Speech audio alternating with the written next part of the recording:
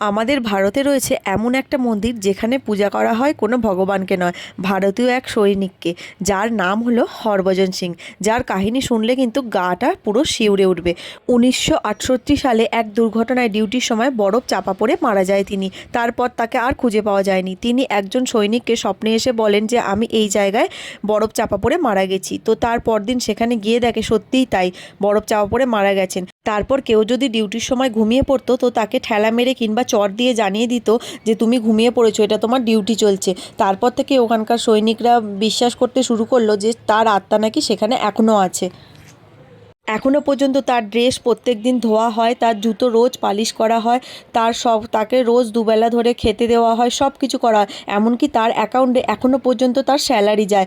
তার যখন ছুটি হওয়ার টাইম সে আবার তখন সেই ছুটিতে বাড়িও যায়। এখানকার অফিসাররা তার ছুটির সময় তার ব্যাগটা তার বাড়িতে দিয়ে আসে, ছুটি শেষ হয়ে গেলে আবার নিয়ে আসে। এখানে সব জুতো, ড্রেস যা যা তিনি ব্যবহার করেন সব কিছুই এখানে এখনও আছে এবং তিনি আছে। আমি ঘরে ঢোকার পরেই আমার গা কিন্তু পুরো শিউরে উঠেছিল, আর আমি সত্যিই কেঁদে ফেলেছিলাম তার এই সমস্ত জিনিস দেখে। মানে ওখানে গেলেই তোমরা বুঝতেই পারবে যে কেউ একজন আছে, মানে উনি যে এখনও পাহারা দিচ্ছে, এখনও আছে, সেটা তোমরা ওখানে গেলেই বুঝতে পারবে।